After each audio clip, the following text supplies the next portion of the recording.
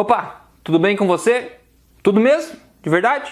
Maravilha! Então hoje eu vou falar para você sobre 12 alimentos saudáveis e 3 alimentos que você precisa sair correndo que não são saudáveis. Eu sou o Rodrigo Polesso, sou aqui o defensor das verdades sobre emagrecimento, saúde e boa forma e estou aqui hoje para colaborar com você, como eu posso, falando aí de 12 alimentos, 12 exemplos de alimentos aí que pertencem à alimentação forte, que é o estilo de vida alimentar que eu defendo, né? Para você ter mais ideias aí, exemplos de alimentos bacanas, um pouco sobre o benefício de cada um e também 3 exemplos aí de alimentos comuns que muita gente até acha que é saudável, mas não são, né? Então isso pode surpreender tanto alimentos que fazem parte do grupo dos bons, do 12, pode surpreender da forma saudável isso aí, tipo, mesmo? Sério? Tanto no grupo dos ruins, que você pode achar que era bom e não era na verdade, né? Então é mais para te dar exemplo. Inclusive eu falei de muitos desses alimentos recentemente, ao vivo, na TV Gazeta. E você pode encontrar no YouTube aqui a matéria completa que eu coloquei. Então você pode assistir, eu falei bastante de alimentação forte lá, de mitos, respondi perguntas também. Então você pode ver depois desse vídeo se você quiser.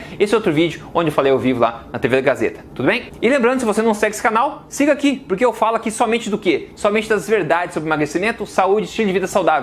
Se você tem interesse nisso, já segue aqui o canal, porque eu posto vídeos novos semanalmente. Então é isso aí, vamos lá, vamos partir para os 12 alimentos aqui, começar pelo bom, né? Porque pelo ruim ninguém merece, né? Vamos começar pelo bom aqui, falando dos 12 alimentos saudáveis, exemplos de alimentos saudáveis aí que pertencem à alimentação forte, para você ter umas ideias aí, enfim, do que eles são e como é que você pode incluir isso no seu estilo de vida, ok? Então vamos lá para o primeiro. Ó, o primeiro alimento aqui é o brócolis. Ah, nossa, já sabia, é óbvio que você sabia que o brócolis é saudável, né? Quando você pensa em alimentação saudável, você pensa no brócolis, né? Eu escolhi de propósito aqui, porque a ideia do brócolis é que ele é muito chato, né? Não tem gosto, quase pouca gente gosta de brócolis, mas o brócolis é um alimento sim saudável, é um carboidrato fibroso, praticamente não tem calorias, muito pouco, tem bastante nutrientes, fitonutrientes das plantas, é muito bacana. E se você acha que ele não tem gosto, é porque você não se libertou ainda dessa ideia de dieta de baixa gordura, né? Quando você come de acordo com a alimentação forte, que é uma filosofia mais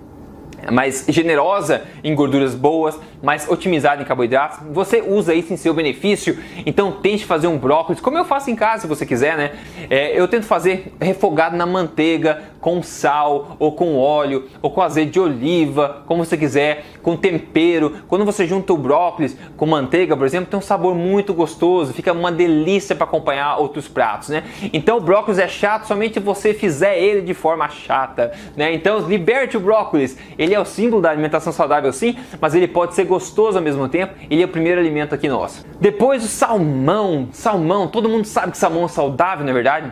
Todo mundo sabe que ele é rico em ômega 3. Salmão é delicioso, eu amo salmão, adoro salmão. Quando eu morava na Noruega, lá um grande fornecedor, exportador de salmão, eu comia bem seguido. Hoje aqui no Canadá eu também compro bem seguido. Mas uma coisa interessante sobre salmão: qualidade importa. A qualidade do seu salmão faz a diferença sim. Veja, um salmão que é de fazenda, criado com ração, de uma forma não responsável, ele contém um perfil lipídico diferente, nutrientes diferentes de um salmão que é carne. O perfil lipídico é diferente, ou seja, o tão saudável ômega 3 que a gente tanto fala, ele é mais incidente e o ômega 6 é mais equilibrado num salmão de qualidade, num salmão selvagem, por exemplo, né? Então qualidade faz diferença também na questão do salmão. Agora, salmão, é saudável de qualquer jeito, né? Então o bom não pode ser inimigo do ótimo, então é muito melhor você comer um salmão que talvez não seja a melhor qualidade possível do que comer outras porcarias como macarrão, pão, etc, sobremesa por aí.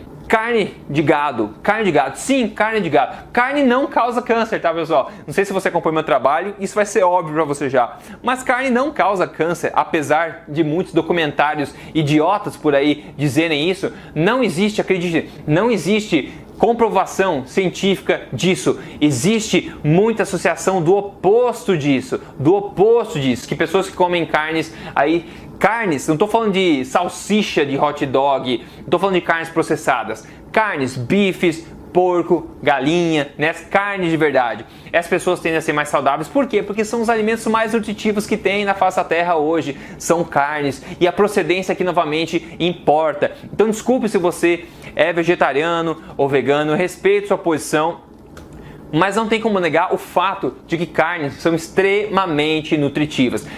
E aqui eu digo o seguinte, eu sou totalmente contra os maus tratos animais, a indústria da carne. Eu sou totalmente contra e isso me deixa pé da vida a forma como os animais são criados. Então eu tento fazer meu papel de pagar mais caro, né? Eu como menos frequentemente até para pagar mais caro, eu faço questão de pegar de fazendeiros que tratam as vacas de forma correta, sustentável e humana, alimentados a grama e não alimentados com antibióticos, com grãos, etc. Então se você puder fazer esse esforço é legal, mas não tem como negar que carne aqui é um grande alimento nutritivo e ele com certeza faz parte dessa nossa lista aqui. Nozes e castanhas, claro, amêndoa, lá nozes mesmo, castanha do Pará, avelã, isso é uma delícia, né? São alimentos aí consumidos ao longo da história pelo ser humano também, são alimentos bacanas, dão bastante sustância, ricos em fibras e gorduras também, gorduras boas. Inclusive a farinha de oleaginosas são ótimas alternativas à farinha de trigo, por exemplo, farinha de amêndoa, farinha de coco, você pode fazer bolinhos com essas farinhas, fica muito gostoso e tá aí mais um alimento na nossa lista. Próximo alimento, muita gente vai gostar, bacon, sim, bacon, preferência bacon de qualidade, claro, mas o bacon é um alimento que adiciona sabor a toda a refeição. Uma coisa que muito pouca gente sabe, na verdade, é que metade da gordura do bacon é igual à gordura do azeite de oliva que todo mundo ama, que são as monoinsaturadas. Veja, 100 gramas de bacon tem a mesma quantidade de gordura saturada que o azeite de oliva. Pasme, né? Ninguém quase sabe disso. Mas na verdade, gordura saturada não tem nada a ver de ruim. Gorduras saturadas não são danosas ao coração. E a ciência mostra isso. Tudo que eu falo aqui é porque a ciência mostra, tá? Você pode ver um vídeo exclusivo que eu fiz sobre gordura saturada, quebrando o mito com evidências científicas. Só você procurar aqui no YouTube por gordura saturada, mito da gordura saturada, emagrecer de vez, você vai ver lá, você pode ver as evidências que eu forneci, ok? Mas não tenha medo da gordura saturada, não. Então bacon é um alimento, um baita alimento bacana. Se você achar de procedência, melhor ainda. Mas eu não estou falando uma dieta baseada em bacon, né? Você pode entender o bacon como um condimento, comer seus ovos de vez em quando com bacon, ou adicionar um pouco de bacon na sua salada. Não é a base da alimentação, né? Mas é um condimento e não tem nada contra ele, na verdade, né? Próximo aqui, azeite de oliva. Azeite de oliva extra virgem de qualidade. Existe muita discussão no mundo da nutrição sobre gorduras, mas todo mundo tende a concordar que o azeite de oliva é saudável sim, porque são as gorduras monoinsaturadas. Então sim, não tem mistério aqui, eu acho que azeite de oliva de qualidade é bacana. E uma coisa interessante também, no Brasil a gente tem a fissura em acidez do azeite, em acidez mais baixa possível. Aqui no Canadá, por exemplo, você nem acha acidez no rótulo dos azeites de oliva, tá? Isso é coisa que não tem tanta importância, a gente tem que se importar com a qualidade do azeite de oliva e não focar nessas coisas mínimas, nesses detalhezinhos, né? Então, claro que o azeite de oliva mais caro tende a ser melhor e produzido de forma mais correta, digamos assim, né? E tende também a ter um perfil de nutrientes diferente do azeite de pior qualidade. O azeite de oliva aí é um grande alimento que faz parte dessa nossa lista de 12. Próximo alimento aqui, o abacate, que eu tanto adoro, abacate ou avocado, né? Uma grande fonte, é uma fruta, né? Só que uma fruta gordurosa e não é doce, olha só, diferente, né? Que é riquíssima em gorduras monoinsaturadas também, que é o mesmo tipo do azeite de oliva, né? Então existe inclusive óleo de abacate, aqui tem óleo de abacate, por exemplo, não é uma coisa tão comum, eu nunca comi, na verdade, nunca comprei, mas eu sei que existe. Então o abacate é muito versátil, por ele não ser nem salgado nem doce, você pode utilizar ele em sobremesa, tem gente que faz mousse de chocolate de qualidade com abacate, ou você pode comer com sal, como um guacamole, ou colocar um salzinho por cima e comer de colher, como eu gosto de fazer também. É um ótimo alimento. O próximo, ovos. Ovos são um dos alimentos mais completos da natureza face da Terra, tá?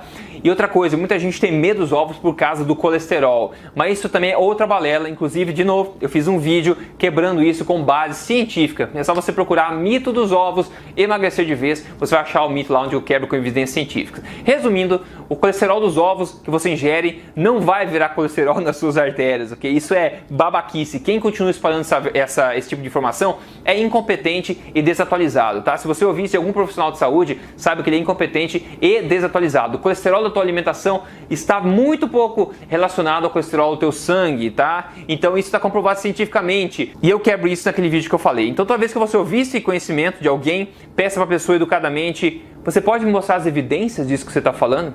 Não vão ter. Queijos. Queijos são alimentos muito nutritivos para quem suporta lactose, né? Eu tento não comer muita lactose, na verdade, porque eu acho que não é necessário, mas queijos são muito nutritivos e aqui a qualidade faz a diferença novamente. Queijo de verdade, sem adição de outras coisas, de outros ingredientes, queijo de verdade, né?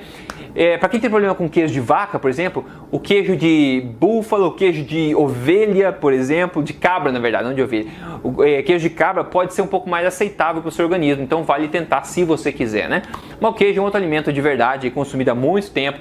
Para quem tolera bem, ele é bastante nutritivo. O morango que para representar frutas de baixo índice glicêmico. O morango é muito gostoso, é pouco em baixo índice glicêmico, como eu falei, tem pouco açúcar, ele é rico em antioxidantes, é gostoso para você fazer um smoothie, para você colocar na salada para deixar mais refrescante. E como eu falei, é baixo índice glicêmico, então ele não impacta tanto assim na tua insulina. Então é uma fruta bastante bacana, assim como outras berries, né, que a gente fala, como amoras, mirtilo por aí, da mesma família, são bem-vindos aí numa alimentação forte, mais baixa em carboidratos. E o último alimento da lista dos saudáveis aqui é o chocolate, 80%, sim, 80% no mínimo, né? Se você comer chocolate, coma chocolate, não uma pasta de açúcar com leite, como é a maioria do que a gente come por aí. Então exija no mínimo 80%. Se você não está adaptado, comece devagarzinho, você vai ver que você vai se adaptar. Tem bastante benefício ao chocolate, né? A gente sabe, ele é rico em gorduras por causa da manteiga de cacau. Então é um alimento que é bacana, uma sobremesa fácil, que tem muito pouco açúcar, quanto mais a porcentagem de cacau. Então eu sugiro que você eleve o seu nível de exigência aí quando está falando de chocolate e comece a apreciar o verdadeiro sabor do cacau que começa a aparecer aí depois dos 80%. Isso aí, agora que a gente falou dos 12 alimentos saudáveis aqui que fazem parte da alimentação forte, vamos falar agora de 3 exemplos de alimentos que não são saudáveis e só vão ser um tiro no pé da sua saúde e da sua boa forma. E o primeiro dele é o pão, para tristeza de muita gente. O pãozinho, sim, o pãozinho, tá? O pão, ele é ruim em muitos aspectos, mas principalmente tem 3 grandes motivos porque ele não é um dos alimentos saudáveis da nossa lista, mas pelo contrário, é um dos alimentos aqui principais da lista dos não saudáveis.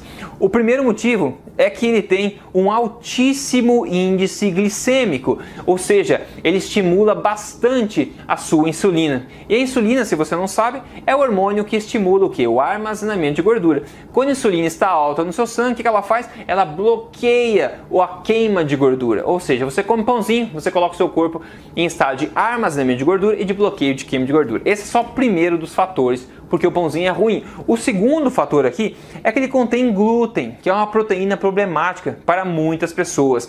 Ainda, até mesmo para pessoas que não têm a doença celíaca, que seria uma doença de intolerância ao glúten, né? Até pessoas que não têm doença celíaca podem ter problemas de digestão, problemas intestinais e outras coisas, inclusive, por causa do consumo do glúten. E é uma grande discussão no mundo hoje essa questão do glúten aí, mas se tem uma coisa que é certa, é que o nosso consumo hoje de alimentos com glúten é muito exagerado. Então pessoas consomem glúten, por exemplo, várias vezes ao dia, todos os dias do ano, então é muita coisa. Então esse é o segundo fator aí do pão. O terceiro fator sobre o pão é que ele é muito baixo em nutrientes, né? Muito baixo em nutrientes. Ele é tão baixo que a farinha tem que ser enriquecida com algumas coisas para ser útil de alguma forma, né? A gente vê farinha enriquecida. O trigo, a farinha do trigo não é nem um pouco nutritiva comparada a outros alimentos saudáveis, como os vistos na lista que eu acabei de falar de 12 alimentos, por exemplo. Então você não precisa do pão pelas fibras dele, você não precisa pelos nutrientes dele, você não precisa. Inclusive, eu sugiro que você tente fazer pãozinho low carb com farinha de amêndoa, farinha de coco, por exemplo, né? Você pode tentar fazer isso e ver que não é tanto assim a diferença e se acostumar e valorizar mais a sua saúde do que esse prazer imediato do pãozinho. E agora o segundo aqui, o açúcar. O açúcar talvez seja o maior vilão de todos para quem quer emagrecer ou para quem quer manter a saúde boa de fato, né? E o açúcar está em todo lugar, está em massa de tomate, está em sucos, está em doces, né? Está em salgados o açúcar, tá em temperos, está em todo lugar.